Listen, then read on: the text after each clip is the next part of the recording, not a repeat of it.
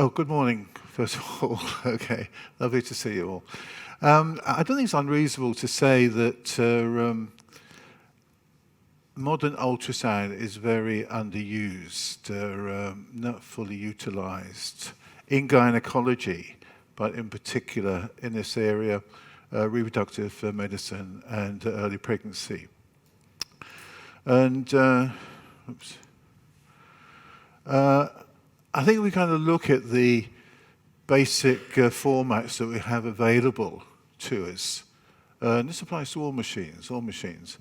I think that comment certainly applies to whichever facility we're looking at there. So in the brief time I've got, I'll just kind of go through these different areas and just kind of talk about what our machines are capable of giving us, both in terms of diagnostic effectiveness as well as influence on clinical managements. So we'll start with the basics. We'll start with Grayscale, 2D Grayscale. We move on to 3D Grayscale as part of that. First of all, what do we call a good Grayscale? In this age of computerization, it's very easy to produce cosmetically pleasing ultrasound images. But are they kind of realistic in terms of giving us the clinical information that we want?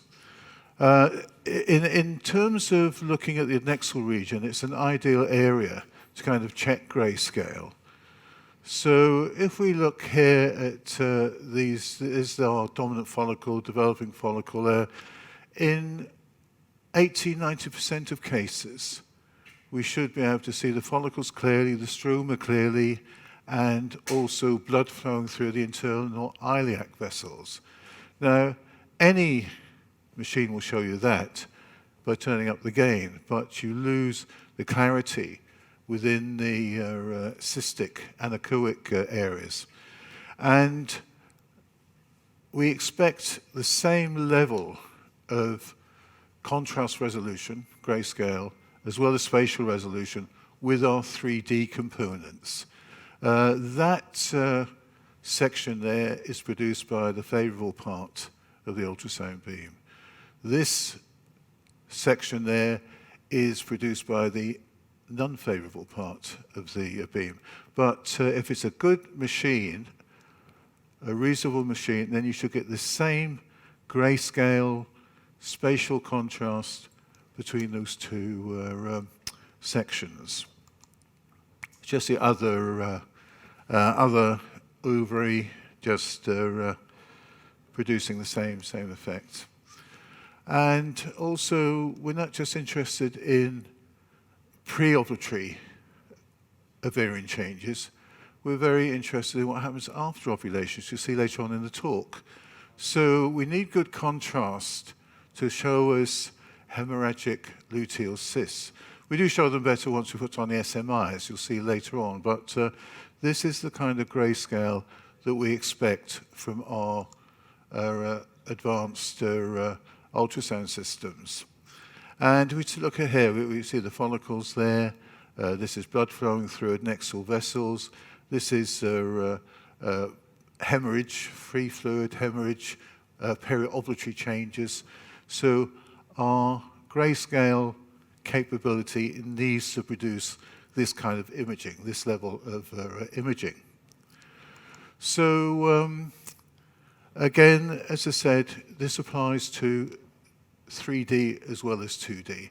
And make sure that with your 3D imaging that this component and that component, the parasagittal, the coronal sections, are comparable in terms of both contrast resolution as well as spatial resolution.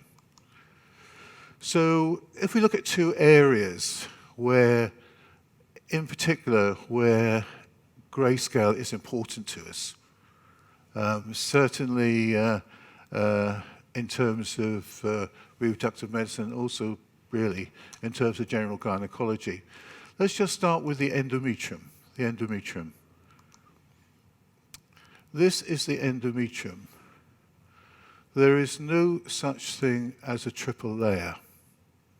It's something that's been introduced by the world of IVF, but there's no such thing as a triple layer.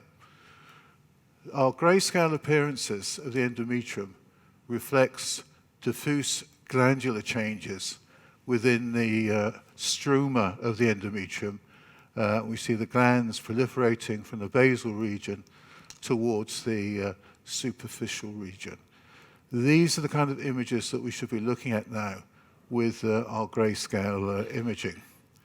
We realized back in 1984 that as we go through an ovulatory cycle, the grayscale appearances of the endometrium changes. And as we kind of move from our early follicular phase all the way through to ovulation, post-ovulation, there are textural changes. There are textural changes that tell us this is a good ovulatory response. These are textual changes that tell us when to perform our ART procedures, whether it's IVF, intrauterine insemination, and so forth. So if we look at those images a bit more closely, so this is our endometrial appearance early on in the cycle. Think in terms of follicular phase, periovulatory phase, rather than secretory proliferative phases. And even at this early stage, we should see echoes within the endometrium. If you have a decent system with decent grayscale, this should not be anechoic. We should see the basic glandular tissue before periovulatory proliferation occurs. As we move through the cycle, we can see the endometrium not only gets thicker, but we can see there are changes within the stroma. And as we get towards ovulation, this is the day of the LH surge. Again, you can see it's looking fairly solid. You can see the impression there of these glandular changes that we want to see within a developing endometrium. And certainly, once we get to ovulation itself, then you can see this quite significant change in terms of the endometrial appearances. And we can carry on into the luteal phase, and that's important to us, as you'll see shortly. And this is the endometrium, 7 days after ovulation in a conception cycle. And we can compare that with a non-conception cycle where you can see the endometrium is beginning to break down 8 days after ovulation. The endometrium breaks down from the superficial surfaces towards the basal region. So we can actually tell which cycles might well be conception cycles very early on, and certainly we can confirm which cycles are going to be non-conception cycles very early on. So with the endometrium, it's very important to look at the grayscale. We must have this grayscale capability. We also use color Doppler, this is SMI actually, and it's monochrome. In terms of looking at the endometrium. This endometrium is too thick. This is too thick. We know this is a proliferative endometrium. You can actually see the arcuate vessels there and capillary vessels. This isn't pathology. This isn't pathological. This is functional. In this case, there's a bit of retained tissue from a previous miscarriage. So this endometrium is too thick. It's probably related to estrogen dominance, but it's important information. It's important information that our grayscale gives us. If we go to this endometrium, this is a patient who's about to go off and have an egg collection. This is not a good endometrium. That lady was given a trigger injection on the basis of this endometrium, and she didn't conceive, which comes as no surprise to us because you can see it's flat. There's no element there of glandular activity. And likewise, if we take this example, 11 millimeters, that's not a good endometrium. in terms of imminent ovulation. Again, you can see there's no glandular activity there.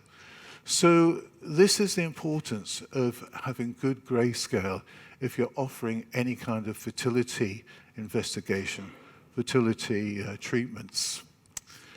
So just kind of go back to our Doppler. You know, we can pick up the spiral arteries here very, very nicely. And it means that when we look at the endometrium, you know, we're not just looking at thickness. Thickness actually tells us very little about the quality of an endometrial response. It tells it's thickening up, but that's all. It doesn't tell us whether it's a good response, a poor response. And really, we need to respect the endometrium and treat it like an individual organ. And when we assess it, we look at thickness, texture, the delineation between the endometrium and myometrium. This is an area in where elastography becomes of interest, but we wouldn't call that a routine element of our imaging. And vascularity is very, very important. So that's how we approach looking at the endometrium. That's what we want in terms of looking at endometrium from a grayscale point of view, also from a vascular point of view as well. If we look at this endometrium, it's 14 millimeters of endometrium there. This is an inaccurate measurement, This emphasizes the need for 3D grayscale. Because if we do a 3D sweep, within 10 seconds, we find that the lining is actually 8.8 millimeters, not 14 millimeters. The uterus is rotationally displaced. We know that uterus can be laterally displaced, be retroverted, anteverted, but it can also be rotationally displaced. You can't overcome that problem with routine transvaginal scanning. Here's another case here. This is what we would perceive as a parasagittal section, but when we manipulate with the 3D, then we get an accurate measurement of endometrial thickness. And we looked at a number of patients who have come through fertility treatment, and you can see that there's a significant number of patients who are having their endometrium measured inaccurately because of this situation with rotational displacement.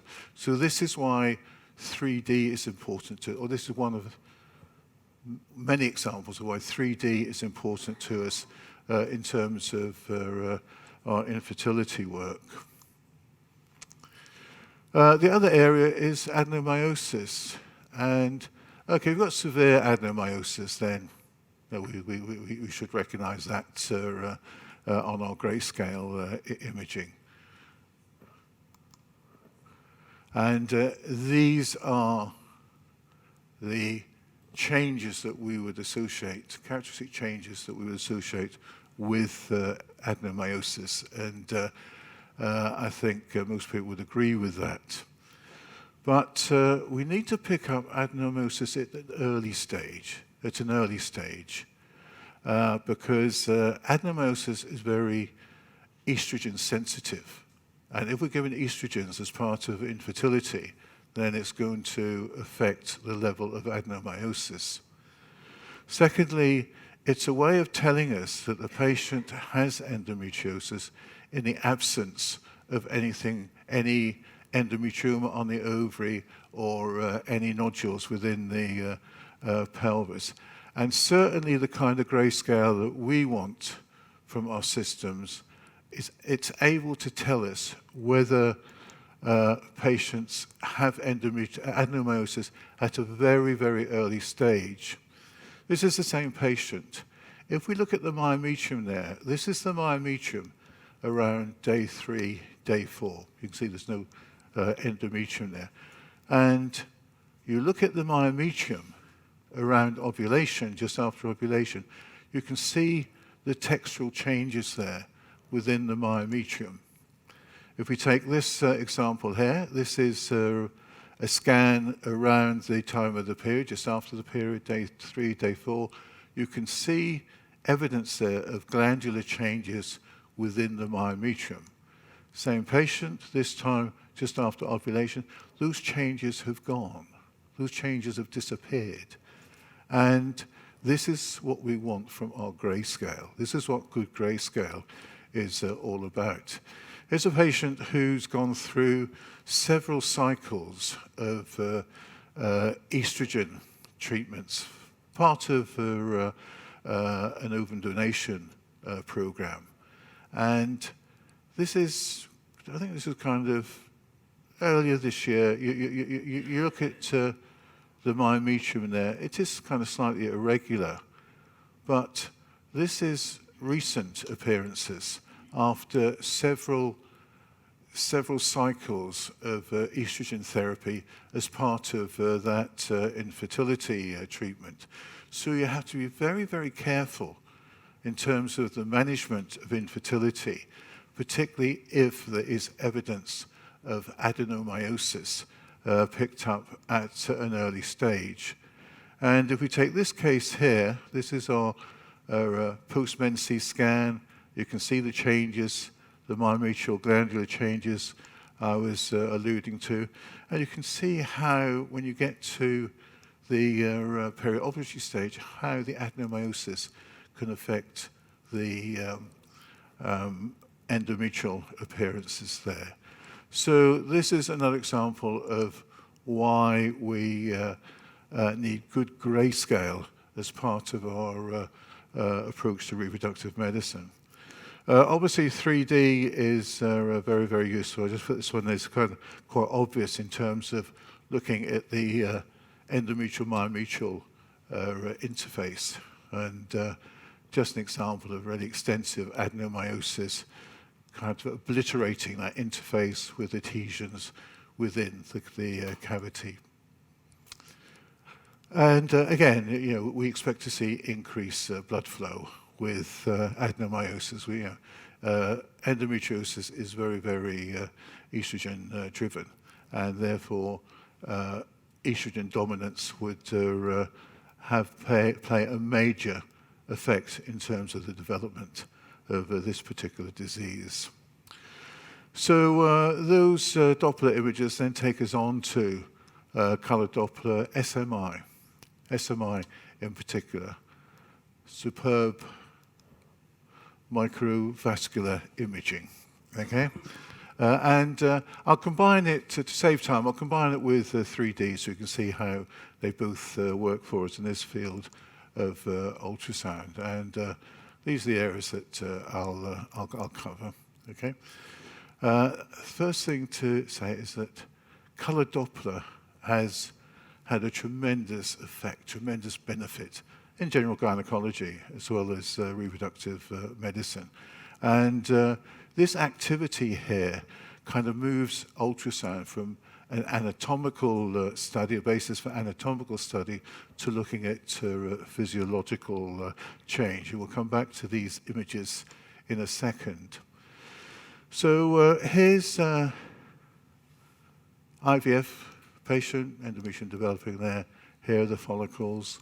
And we can do fancy things. We can look at follicles. We can measure the size. We can put our color in there. But the thing is, we don't know which are the good follicles. You might have 10 follicles there, but we don't know which are the mature follicles. Size doesn't tell you that. And also, if you have an estradiol of X thousand units, you don't know which of those follicles is producing that level of estrogen. So we need another parameter to overcome that. And the parameter is SMI. And we know from studies we did 20 years ago, that the peripheral vascularity around a follicle reflects the activity of that follicle. And those studies are here. These are studies that we presented at ESRI many, many years ago. And if we just take the issue of follicle size and estrogens. So here's the results of that study. Here's follicle size. Here's our serum estradiol levels. Now, if we take a follicle of 21 millimeters, we see that there is 250. This one there is around 800. If we go up here, here's a follicle of over 1,000. We go back along here, we're back down to 250. You can see from there how limited measuring follicles would be in terms of assessing the quality of the follicle and the likelihood of a mature egg. If we add color Doppler onto that, and we kind of put in increasing vascularity with our SMI now, you can see that it's a far better correlation in terms of follicle appearance and estradiol levels.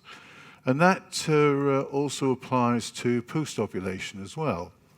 This is a study carried out at a similar time, and we presented this work to ESRI. If we look at serum progesterones there and increasing levels of vascularity of the corpus luteum, there's a good correlation there between these hormonal changes and ultrasound appearances. And certainly if we introduce endometrial changes into these inference charts, you can see that the better proliferating endometriums, the reds, are all this part of the chart with increasing levels of corpus luteum activity. So this is why colored Doppler is very, very important to us in terms of this work. And here's embryo 26 days after ovulation, and that's fine. That's, we're happy to see that. But what's just as important in terms of assessing the pregnancy is to look at the ovary.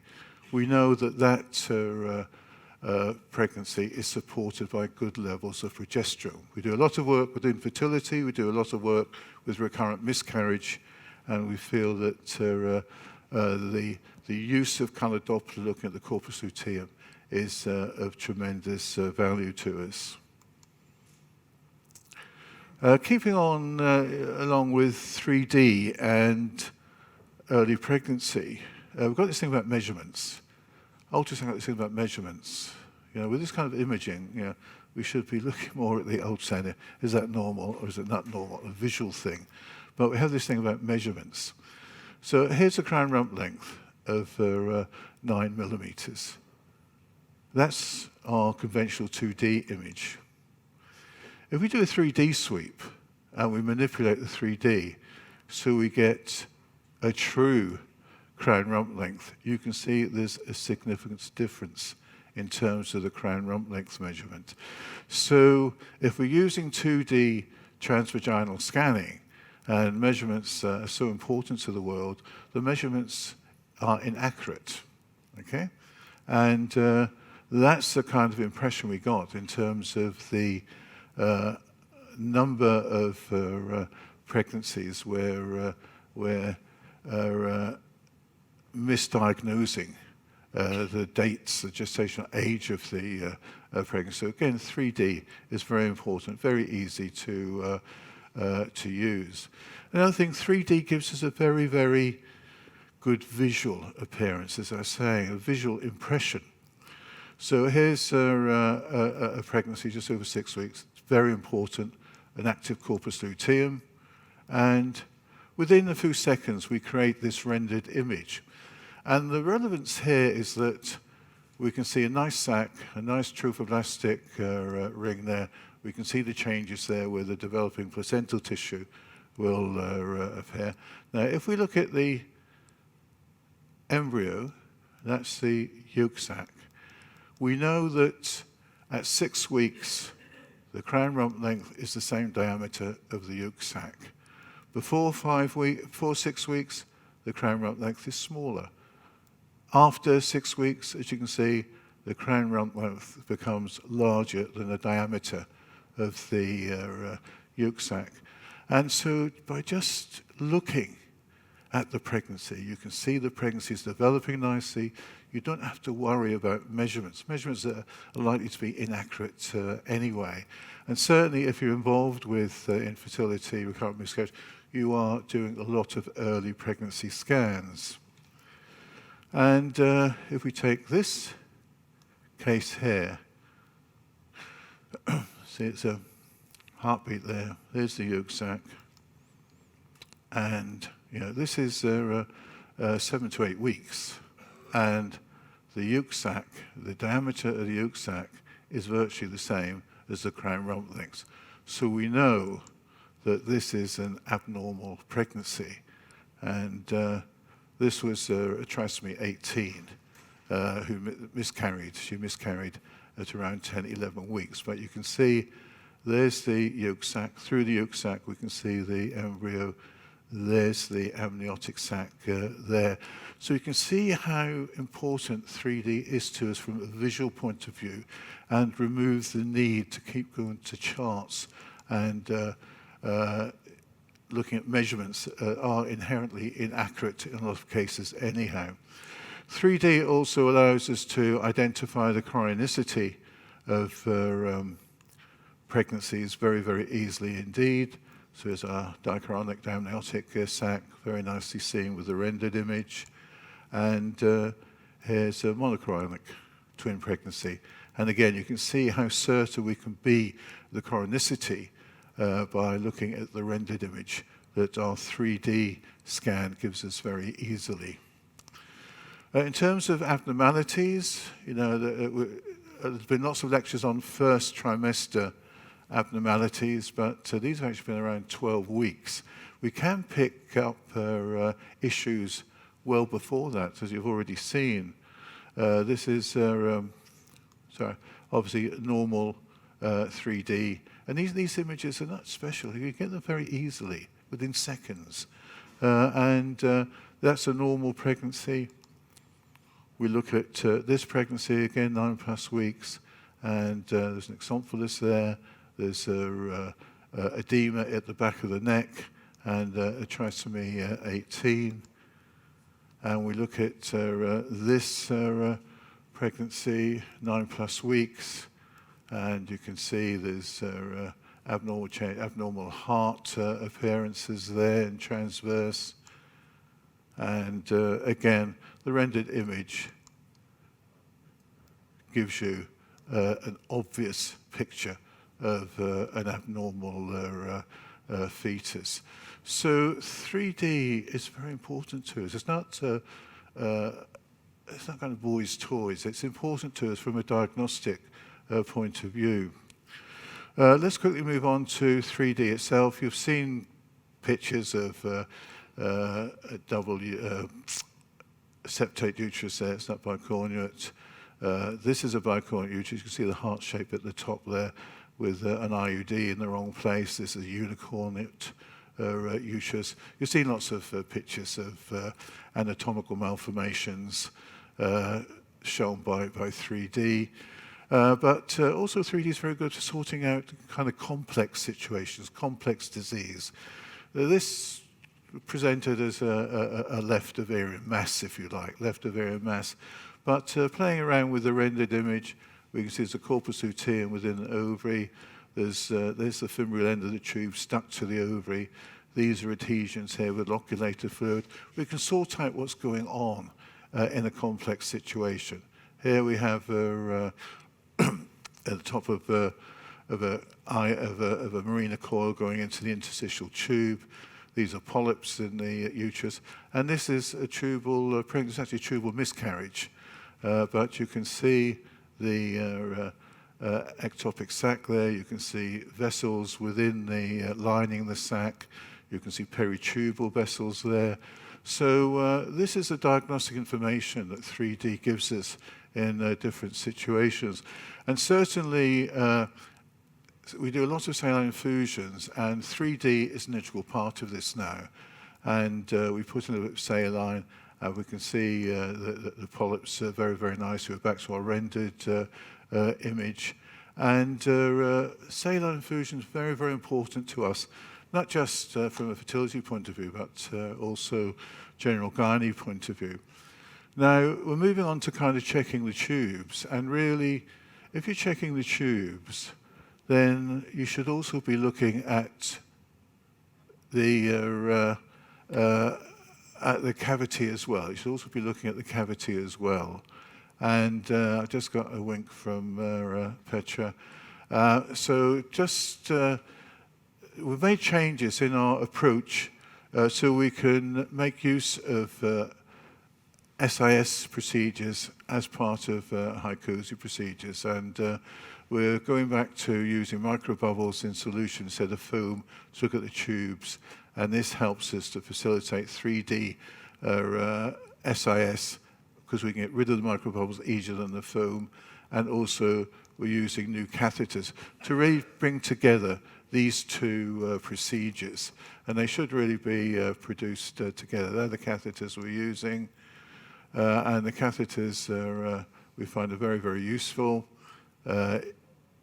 Improves the technique, reduces patient discomfort, etc., etc. And just very quickly, case one. So this is the foam. I'm going towards the end, Petra. This is the foam, and you can see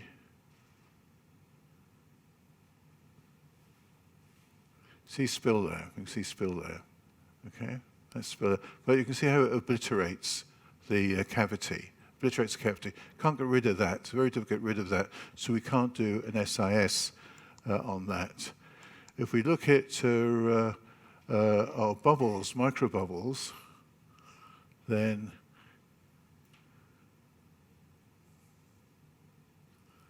follow to the ovary there. And you can see how much clearer the microbubbles are in terms of confirming spill as opposed to the foam. So that's our work in terms of looking at the tubes, movements we've made in terms of looking at the tube, looking at the cavity, and I'll just flick through these. And it brings us finally on to fly-through.